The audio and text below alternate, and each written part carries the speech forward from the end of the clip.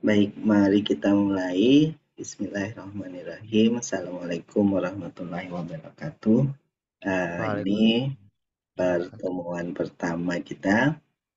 Kita akan bahas mengenai alam semesta, yang mana alam semesta ini merupakan objek dari pertanyaan-pertanyaan dalam OSN astronomi, gitu ya. Alam semesta itu merujuk pada uh, alam keseluruhan yang bisa dilihat begitu ya. Jadi di dalamnya termasuk planet, termasuk bintang, termasuk galaksi, termasuk objek di antara bintang seperti nebula, gas, dan lain sebagainya.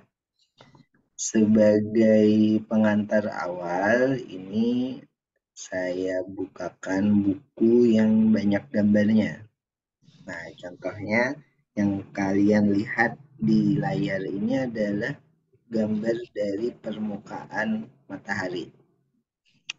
Kalau Ya. kita memandang langsung matahari kan tidak bisa. Jadi gambar ini diperoleh lewat teleskop khusus yang ada filternya sehingga bisa disaring cahaya mataharinya tidak terlalu terang dan beberapa panjang gelombang ditutup gitu. Nah, yang kita lihat ini itu adalah bintik hitam atau dikenal dengan sunspot. Kalau bahasa Inggrisnya ya, kita bahasa Indonesia bintik hitam. Ada juga yang bilang tahi lalatnya matahari karena dia lebih hitam dibandingkan permukaan matahari yang lain. Nah, kalau kita lihat sekilas, siang hari kan matahari ya terang begitu ya, tidak ada hitam-hitamnya sedikit pun. Tapi Ya. sebenarnya dengan teleskop yang khusus itu ada bintik-bintiknya. Nah, kalau di zoom bintiknya ya benar-benar lebih gelap dibandingkan daerah lainnya.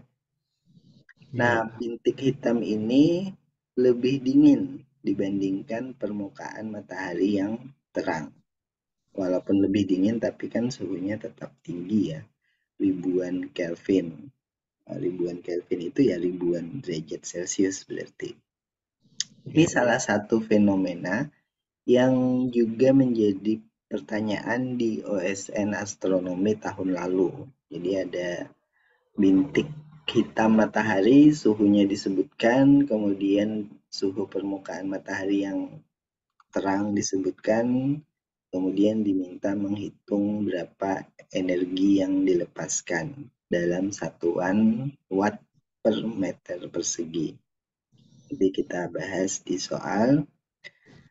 Kemudian selanjutnya saya ingin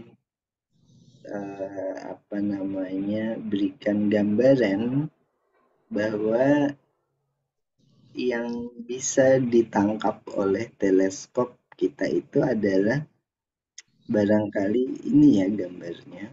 Jadi teleskop yang diletakkan di luar bumi ada, itu namanya adalah James Webb Teleskop. Teleskop James Webb gitu ya. James Webb itu nama orang. Dia ditempatkan di luar bumi, artinya melayang-layang di orbit geostasioner bumi. Kenapa? Karena kalau ditempatkan di permukaan tanah, di atas gunung biasanya itu masih ada cahaya yang terhalang oleh atmosfer bumi. Nanti kita lihat ya, atmosfer bumi menghalangi cahaya apa saja. Tapi ketika ditempatkan di luar bumi, di luar dari atmosfer, maka pandangan dari teleskopnya lebih jernih sehingga bisa menangkap cahaya yang Lebih sangat terang. buram sekalipun. Nah, ini yang terlihat di gambar ini bukan bintang ya. Jadi yang terlihat di gambar ini itu adalah kumpulan galaksi. Seperti yang kita tahu, dalam satu galaksi itu ada triliunan bintang. Jadi Ya. kumpulan bintang yang sangat banyak, triliunan jumlahnya, itu bergabung menjadi galaksi. Nah, yang ada di foto ini adalah foto dari teleskop yang ditempatkan di luar bumi. Yang dia foto itu adalah galaksi. Di sekian banyak titik ini itu galaksi, kecuali titik yang terlihat seperti ada apa ini namanya kalau saya coret di sini. Nah, yang ini tuh bintang yang ada di galaksi kita gitu ya. Karena waktu teleskopnya mengarah ke arah itu, bintang yang ada di galaksi kita tentu keikut juga. Nah, tapi titik-titik yang lainnya itu adalah seperti yang ini, banyak sekali titik-titik di sini, yang ini juga, ini adalah galaksi semuanya. Jadi kalian bisa bayangkan begitu banyaknya jumlah galaksi yang ada di alam semesta ini. Sangat-sangat banyak. Jadi bahkan kita belum tahu ya di galaksi itu bintangnya apa saja nih yang dominan atau yang apa namanya yang ada begitu karakteristiknya. Kita lebih banyak terutama soal OSN nanti lebih banyak bertanya tentang bintang yang ada di galaksi kita sendiri. Nah, galaksi kita sendiri itu adalah galaksi Bima Sakti. Nah, galaksi Bima Sakti kita itu dalam bahasa Inggris itu dikenal dengan nama uh, galaksi Milky Way ya. Kenapa dibilang Milky Way? Karena kalau orang-orang melihat di langit malam, kalau di Balikpapan nih kayaknya nggak bisa, di Penajam mungkin bisa, atau di daerah-daerah sana, karena lebih jernih ya langit malamnya. Itu di langit malam yang bersih, yang tidak ada awan, garis dari bidang galaksi kita tuh kelihatan seperti kabut putih gitu ya, sehingga orang bilang itu jalan tumpahannya air susu gitu, Milky Way, makanya disebut seperti itu. Kalau kita di culture-nya Indonesia itu adalah Bima Sakti, nama tokoh ya, nama tokoh pewayangan. Nah, bagaimana struktur skala besar? Jadi kita sebut struktur skala besar ya alam semesta itu seperti apa. Mari kita mulai dari planet kita sendiri, yaitu bumi. Di gambar ini, yang bumi itu adalah pojok kiri bawah. Nah ini ya, kalau kita lihat, ini ada bumi di mana kita tinggal, diameternya sekitar 12,7 ribu kilometer, dan satu bulan ini, satu buah bulan itu satelit kita itu mengelilingi bumi. Nah, bumi kita sendiri itu adalah bagian dari tata surya. Nah, kalau kalian lihat di sini tata surya ini ada kayak lintasan-lintasan ya. Ini lintasan planetnya berarti.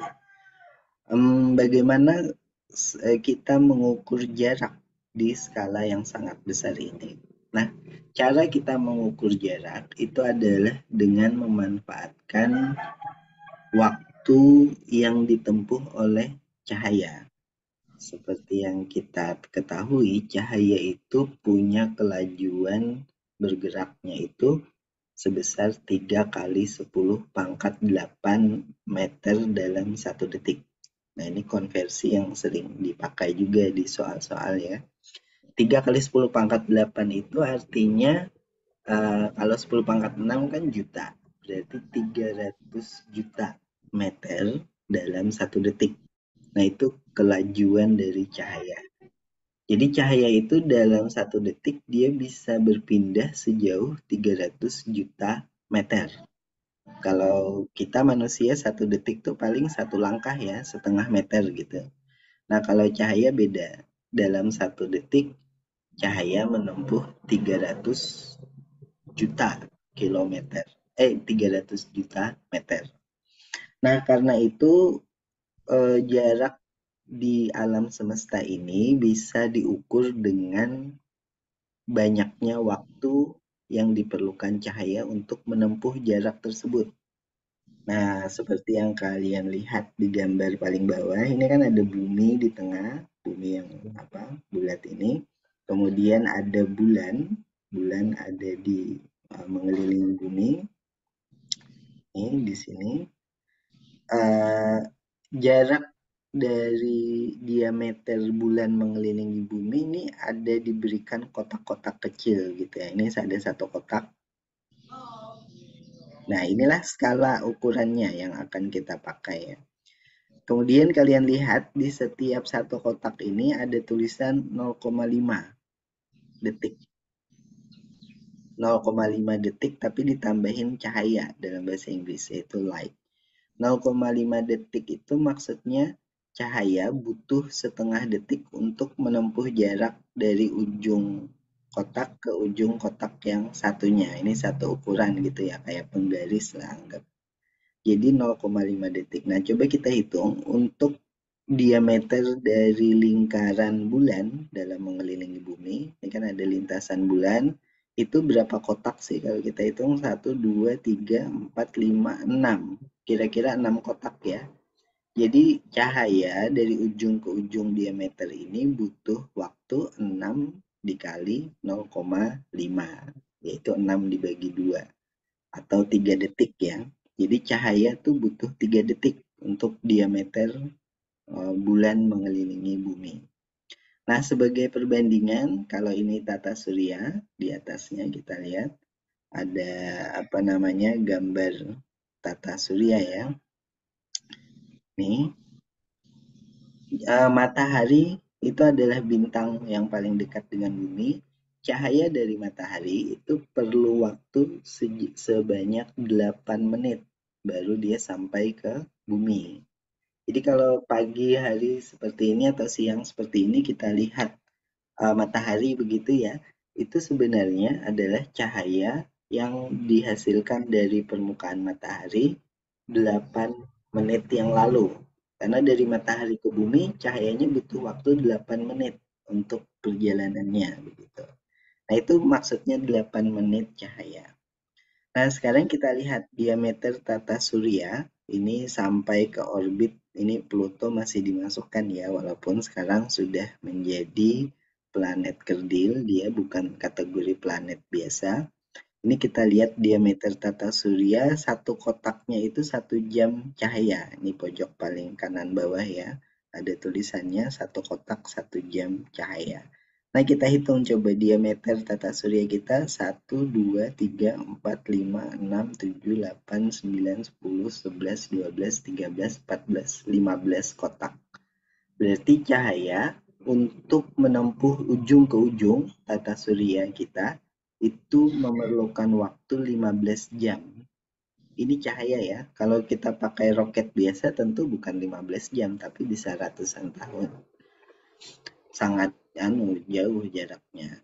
Tapi kalau cahaya dia hanya perlu waktu 15 jam. Nah, kita bisa bandingkan skalanya sekarang. Untuk tata surya itu 15 jam, untuk diameter bulan tadi hanya butuh 3 detik ya. Jadi sangat jauh ya bandingannya, 15 jam dengan 3 detik untuk cahaya. Nah, tentu skala ini bisa kita pakai selanjutnya ke area yang lebih besar lagi. Tata surya kita itu hanyalah satu bintang di antara banyak bintang yang lain. Jadi matahari ini kan bintang paling dekat dengan bumi. Matahari itu hanya salah satu bintang di antara sekian miliar bintang yang lainnya di galaksi Bima Sakti. Ini kalau kalian bisa lihat ada kotak hijau, ini maksudnya adalah menunjuk ke matahari. Sementara di sebelah matahari ini ada bintang terdekat dengan matahari. Saya lingkari kecil, namanya adalah Alpha Centauri. Kemudian rasanya ini bintang terdekat kedua atau Sirius. Jadi jaraknya itu berbeda-beda antara satu bintang dengan bintang yang lainnya. Nah, di galaksi Bima Sakti itu ada tata surya kita dan juga ada bintang-bintang lain dan berisi 200 million billion ini miliar ya, 200 miliar bintang. Tidak hanya bintang isinya, juga ada awan gas dan debu. Jadi di antara bintang itu tidak benar-benar kosong, itu bisa jadi ada gas, ada debu gitu ya. Nah, jika diameter dari tata surya kita tadi 15 jam, maka diameter dari satu galaksi itu adalah 100.000 tahun cahaya.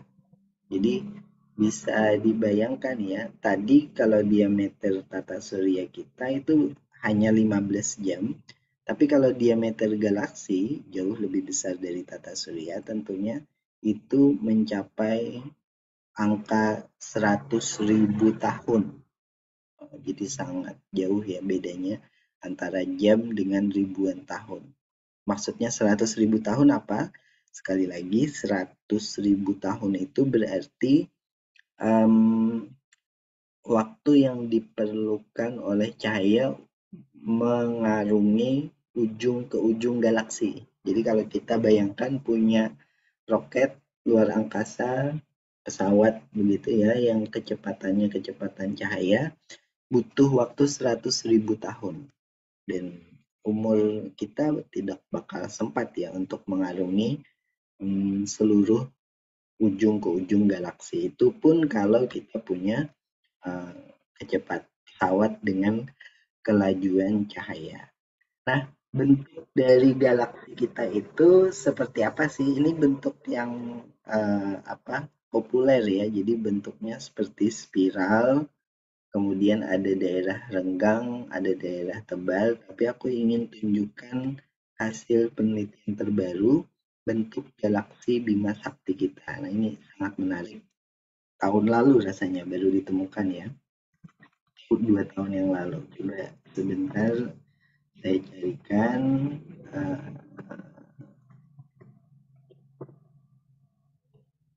bentuk galaksi Bima Sakti kita yang lebih baru, yang agak lebih jelas ya kelihatannya. Milky Way.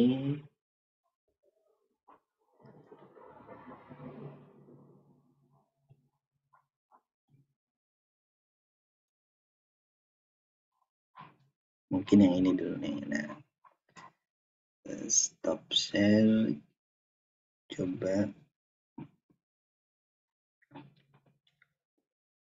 Nah, ini.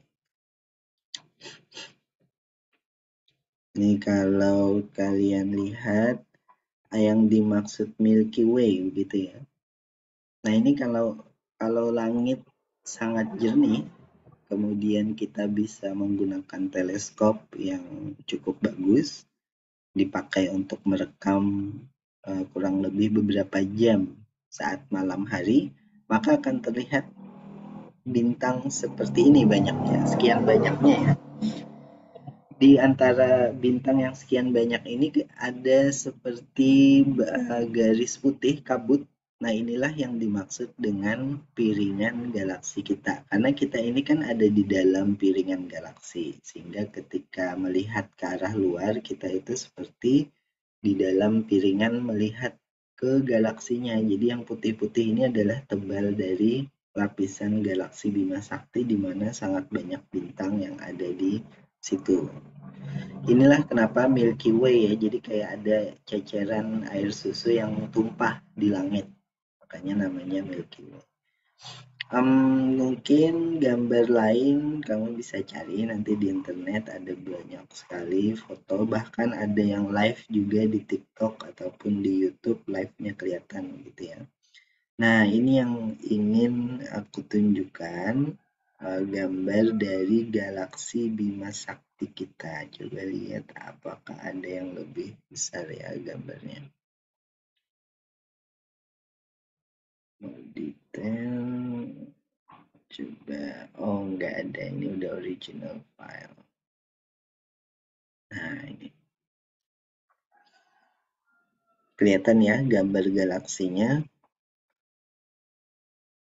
Ini seakan-akan kita melihat dari atas ya. Nah, bagaimana eh, ilmuwan astronom bisa mendapatkan gambar ini? Tentu tidak ada satelit yang dikirim ke atas galaksi kemudian motret ke bawah begitu ya. Ini adalah hasil dari rekaan dari pemetaan bintang yang dilakukan oleh teleskop di bumi, dipetakan sehingga terlihat seperti ini kalau diplot kira-kira dengan bantuan komputer ya diplot kira-kira seperti ini.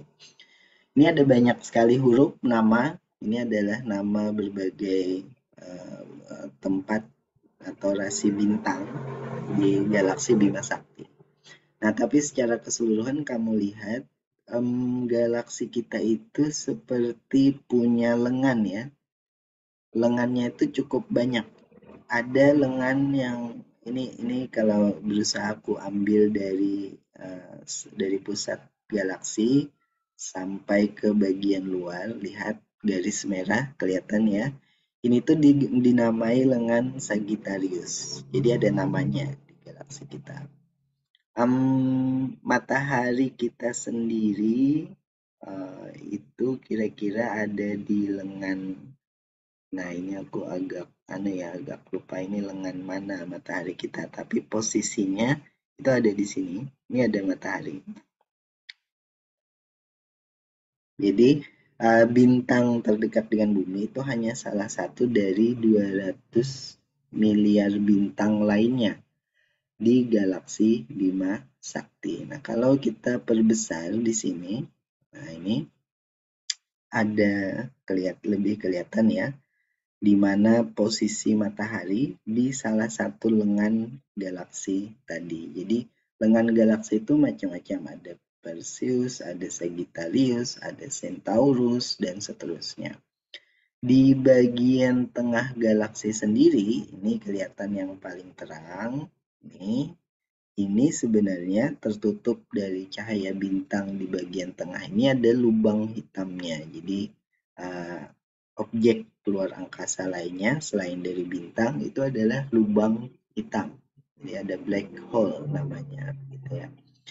Nah, nanti kita bisa kembali bahas itu. Sekarang kita ingin melihat struktur dari Bima Sakti. Kira-kira kalau dari samping kelihatan seperti ini ya. Nah, di bagian bawah ini. Kalau tadi kan dari atas ya, ini dari samping. Nah, inilah piringan dari galaksi Bima Sakti. Nah, itu ada terang di pojok bawah ini apa? Ini adalah galaksi lain ya, galaksi satelit namanya, cukup kecil dibandingkan galaksi Bima Sakti, tapi dia pergerakannya ikut galaksi kita. Jadi semacam satelitnya. Kalau bumi kan punya satelitnya bulan. Nah, ini kalau galaksi punya satelitnya juga. Namanya ini disebut SMC, LMC ada nama masing-masing ya.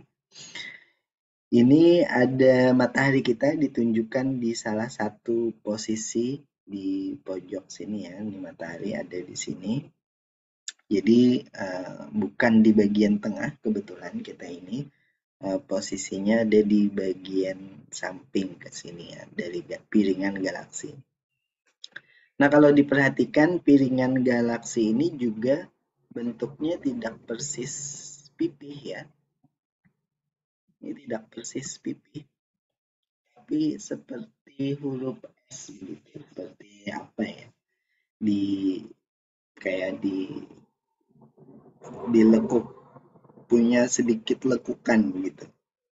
Tidak persis seperti pipih datar, tapi melengkung, sedikit melengkung.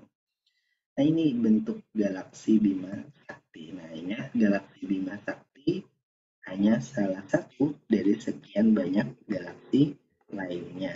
Coba kita kembali ke buku yang tadi. Mari kita lihat ulang di galaksi Bima Sakti ini ya, gambaran yang lama, ini buku terbitan lama, tapi yang terbaru ada yang di Wikipedia tadi. Nah, galaksi kita itu punya satelit, nih gambarnya. Kalau kita pergi keluar galaksi, maka kita akan lihat ada galaksi kecil lainnya di luar galaksi kita. Yang ini disebut dengan apa namanya? Oh, yang ini dulu nih gambarnya barangkali.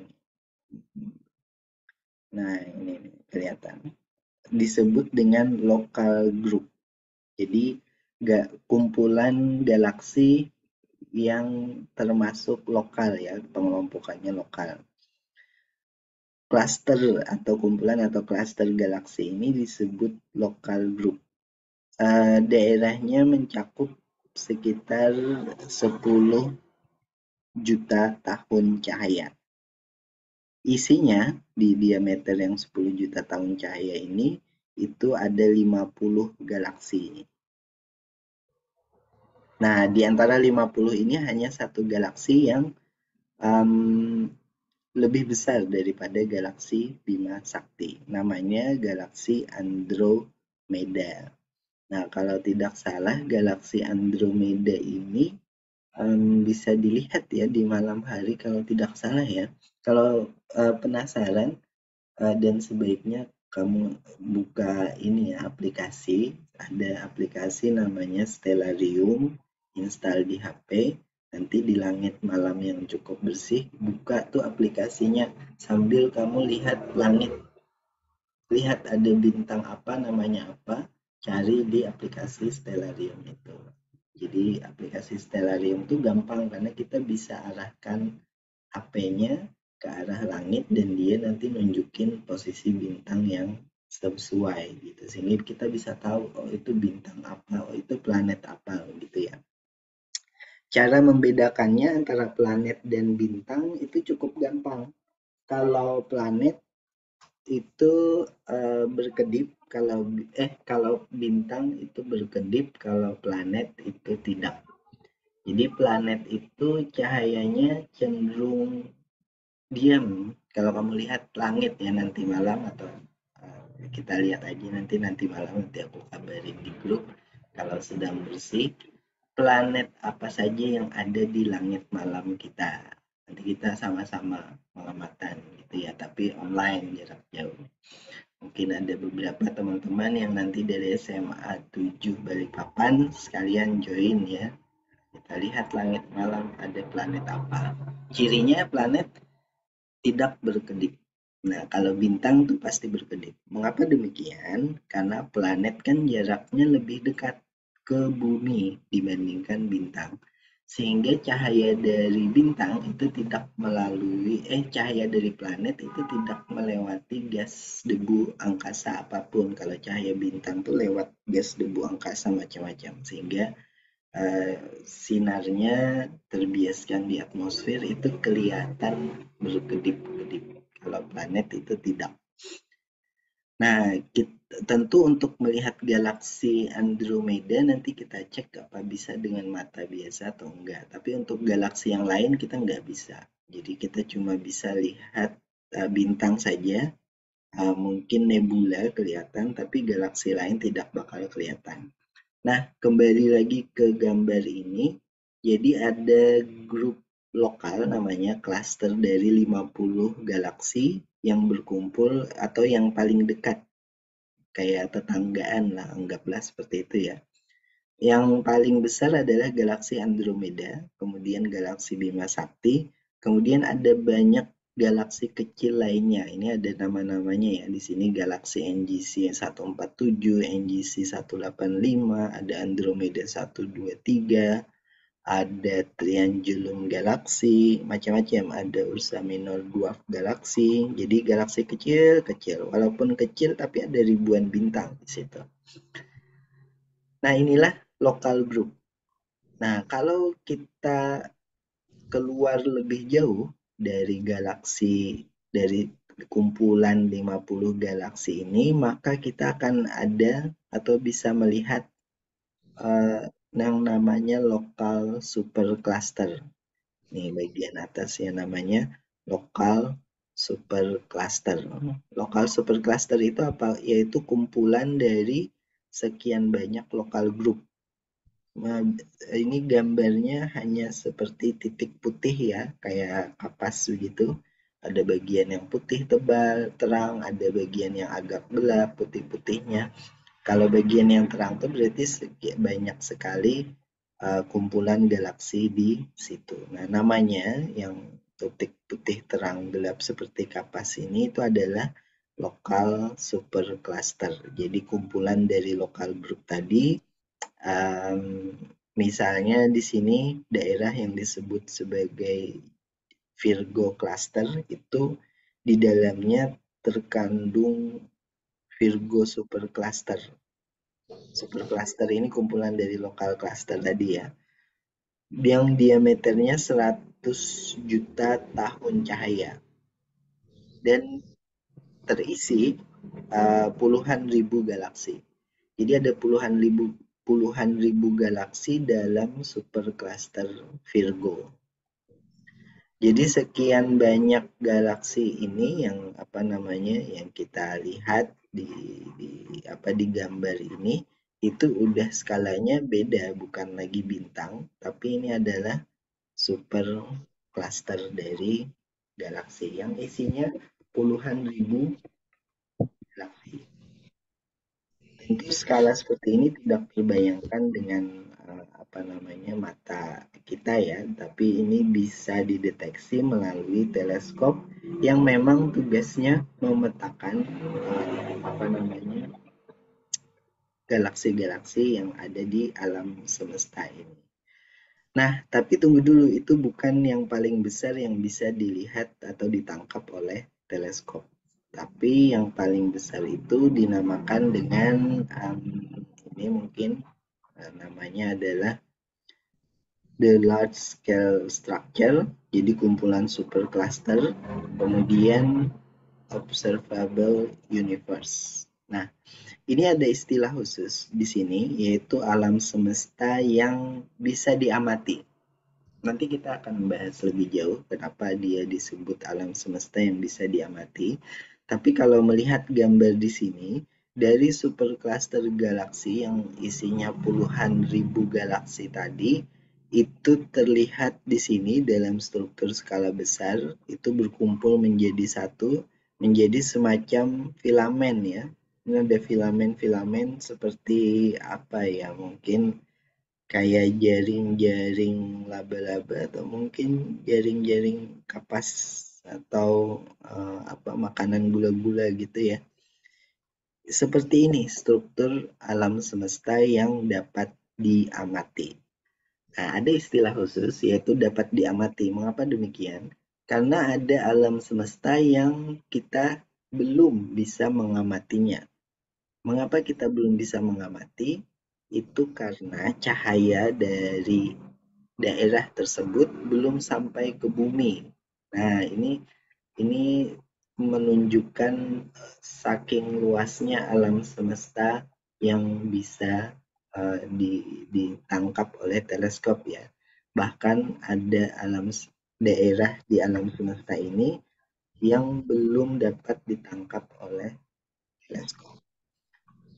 Bagaimana sih sebenarnya bentuk dari struktur skala besar alam semesta itu yang tadi sekilas ditunjukkan di gambar, mungkin ini lebih jelas seperti ini ya. Coba saya share gambar yang lebih tajam. Nah, ini barangkali gambarannya. Ini hasil komputer ya untuk mensimulasikan kira-kira seperti inilah alam semesta yang bisa diamati melalui teleskop. Bukan mata kita ya, mata kita terlalu lemah untuk menangkap cahayanya. Kemudian mungkin ada yang bertanya, ini yang warna terang tuh apa sih? Yang warna terang ini itu bukan bintang ya, tapi adalah supercluster, di mana isinya adalah lokal cluster, di mana isinya lagi adalah puluhan ribu dari galaksi. Nah, kalau kita naikkan berarti ini ratusan ribu atau bahkan jutaan galaksi ada di warna titik terang ini. Jadi struktur skala besar alam semesta itu kayak mind-boggling, sudah tidak bisa dibayangkan oleh kepala kita ya, saking luas dan banyaknya isi galaksinya. Bahkan yang dapat diamati ini belum lagi seluruhnya, karena masih ada daerah galaksi lain yang lebih luas dari ini yang cahayanya belum sampai ke bumi.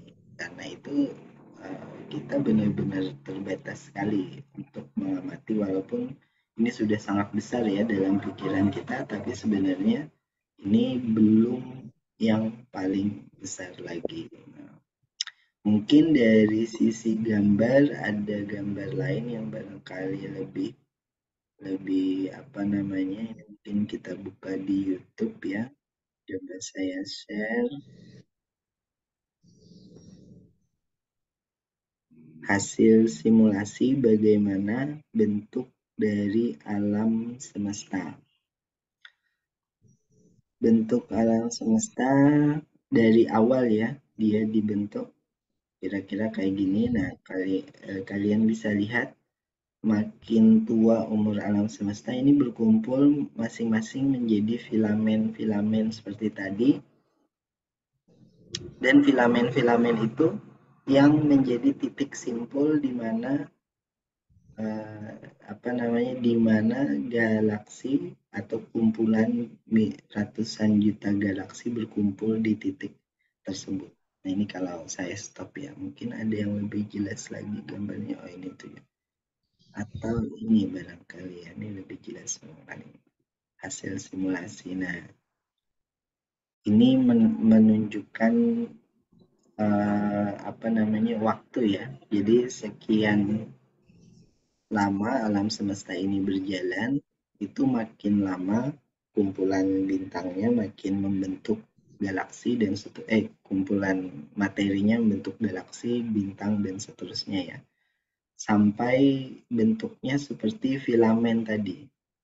Nah, persis kayak gini nih. Dan ini ada banyak fenomena ya di sini. Kalau kita lihat ini seakan-akan kita masuk ya ke dalamnya. Ini ada bagian yang terang, ada bagian yang gelap, kosong gitu ya. Yang terang itu bukan bintang, tapi kumpulan dari galaksi. Sekali lagi ini skalanya sangat besar. Kalau kita punya pesawat luar angkasa bisa masuk keluar dari alam semesta, kira-kira kayak gini nih gambarannya. Gitu. Ada bagian yang kosong, tapi sebenarnya dia bukan kosong ya. Dia ada namanya itu adalah materi gelap atau dark matter. Nanti juga ada pertanyaan tuh di OSN, materi gelap itu seperti apa gitu ya. Karena yang kita lihat ini kan bukan materi gelap, ini yang materi yang menyusun bintang, galaksi, dan seterusnya. Nah, ini gambaran bagaimana ya alam semesta kalau nggak salah ini di Z0 berarti di masa awal ya. Coba kalau kita lihat di mana dia mulai berkumpul menjadi galaksi, galaksi, galaksi dan seterusnya. Titik yang bulat ini mungkin dark matter, nanti kita lihat kembali. Ini cukup bagus videonya. Mungkin nanti aku share ya video ini di grup, nanti sambil saya jelaskan kira-kira itu apa saja.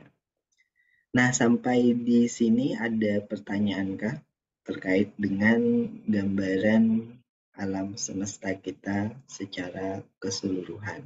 Gitu ya.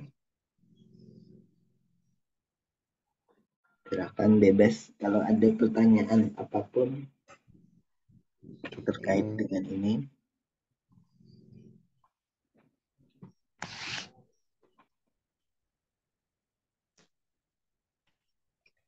Belum ada?